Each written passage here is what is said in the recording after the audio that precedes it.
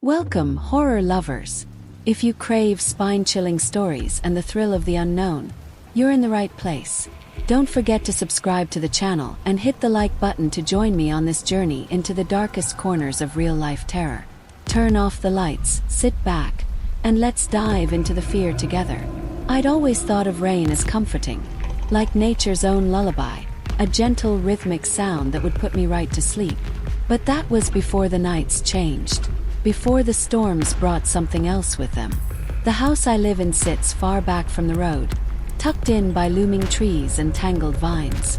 There are no neighbors for miles.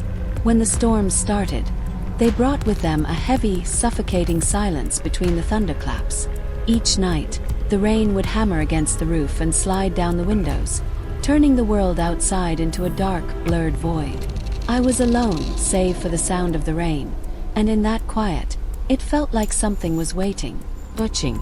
I thought I could grow used to it, to the lonely nights and the constant hum of rain on glass, but then I started noticing other sounds, faint yet distinct amid the storm.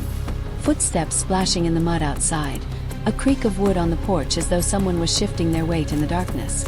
With each flash of lightning, shadows seemed to twist and reach, clawing closer. And every night, the sense of being watched grew stronger. There's no way to explain it really, but deep down I knew something had changed. I could feel it in the air, like the chill that settles before a winter storm. The rain was no longer just rain, and the nights were no longer safe. Something was out there. It was during one of the fiercest storms I'd ever seen. The rain pounded so hard against the windows that it sounded like it might shatter the glass. Thunder boomed overhead, rolling endlessly through the sky. I tried to lose myself in a book, hoping to drown out the unsettling atmosphere. But it was useless. The storm was relentless, and every crack of lightning cast strange, twisting shadows across the walls. Then I heard it, faint at first, barely noticeable over the downpour. A splashing sound, as if someone were slogging through mud right outside. I told myself it was just the rain, that the sounds were trickling water or tree branches swaying in the wind. But as I listened closer, the rhythm was unmistakable, like footsteps squelching through wet earth. I froze, straining to hear, hoping it was only my imagination. But the sound grew louder, more deliberate, and it didn't stop. Step by step, it seemed to move around the house, circling. It was impossible, I thought. Who would be out here in a storm like this, in the dead of night, and so far from the nearest road? A cold fear settled over me as the footsteps stopped directly outside my living room window. I didn't dare move, barely even breathed, feeling the weight of the dark pressing against the thin walls of the house. Seconds dragged by like hours, the silence only broken by the steady beat of rain. I felt certain that if I looked, I would see something staring back at me through the window. But I couldn't look. I didn't want to know what was out there. So I waited, heart pounding, listening as the footsteps slowly faded back into the storm, leaving me alone in the eerie quiet once more. Or at least I thought I was alone. By the third night, sleep was out of the question. I kept the lights low, hoping that maybe, if I stayed in the shadows, whatever was out there wouldn't notice me.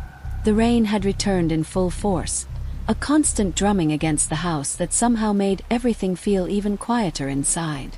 The air felt heavy, thick with a tension that made my skin crawl. That's when I saw it.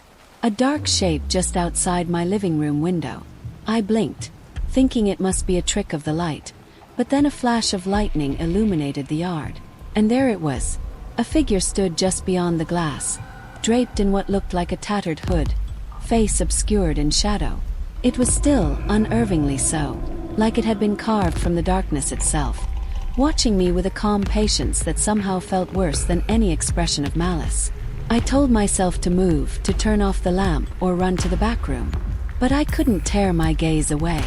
Every few seconds, lightning would strike again, illuminating the figure just enough for me to see it hadn't moved. But somehow, each flash made it feel closer, even though it stood completely still. As the storm raged, I could feel the weight of its gaze pressing through the glass. My mind raced with questions. Who was this? How long had it been standing there? And what did it want from me? I wanted to believe that maybe it was just a person seeking shelter from the storm. But deep down, I knew this was no ordinary intruder. It felt as though it were studying me, as if waiting for me to do something, make a mistake, give it a reason to come closer. I pulled the curtain closed and sat back, breathing hard, feeling its presence linger even without seeing it. That night, I slept with the lights on, but every time I closed my eyes, all I could see was that figure standing in the rain, waiting for me to let my guard down. I must have drifted off despite my terror because, in the pitch-black hours of night, I woke to the feeling that something was wrong. The house was deathly silent, save for the faint patter of raindrops sliding down the windows. It wasn't the storm that woke me, but a chill, like the air itself had turned hostile, cold and damp. As my eyes adjusted to the darkness, I noticed it. Muddy footprints trailing from my front door, leading directly to my bedroom. My heart began pounding as I traced the path of smeared mud. Each step stamped heavily into the floor. They stopped only a few feet away, where a figure loomed at the foot of my bed. The same hooded shape I'd seen outside. Dark, dripping with rainwater and utterly still. I wanted to scream, to leap out of bed, to fight or flee. But my body betrayed me. I was paralyzed, trapped beneath the weight of my own fear, my heart thundering in my ears as I stared helplessly at the figure watching me. Water pooled around its feet, spreading slowly across the floor. I could hear each drop hitting the wood, sharp and deliberate, a reminder of the storm still raging just beyond the walls. But the figure was silent, its face obscured in shadow, head slightly tilted, as if examining me, studying every inch of my frozen form. I couldn't move, couldn't breathe. It felt as though the air had thickened around me, rooting me to the bed. My eyes burned with the effort to keep them open, my heart pounding so hard I feared it would give me away. For a horrifying moment, I was certain it would reach out, that I'd feel its cold, wet hand on my skin. But it just stood there, watching, waiting, as if daring me to make a sound. Finally, in a brief flash of lightning, the figure vanished. But the wet footprints, smeared across the floor, remained. A silent promise that whatever had visited me that night could come back at any time. When dawn finally broke, faint light seeped through the window, casting a pale glow over the room. I hardly dared to move, my mind still fogged with terror from the night before.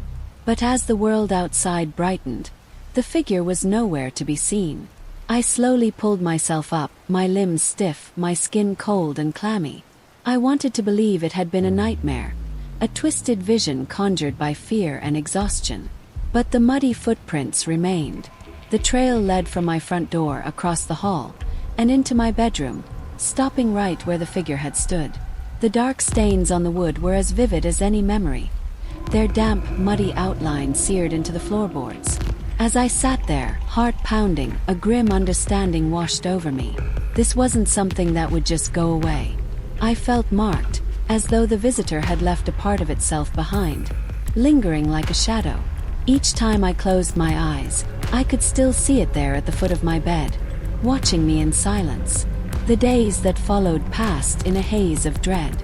I checked the windows and doors repeatedly, but it didn't matter how many locks I put between me and the outside world. I knew deep down that none of them would keep it away. Now, each time the clouds gather and the first drops of rain patter against the windows, my heart seizes with a familiar terror. I sit in silence, waiting, listening for those muddy footsteps in the night, knowing that the visitor may return with every storm. 'Cause it's not gone.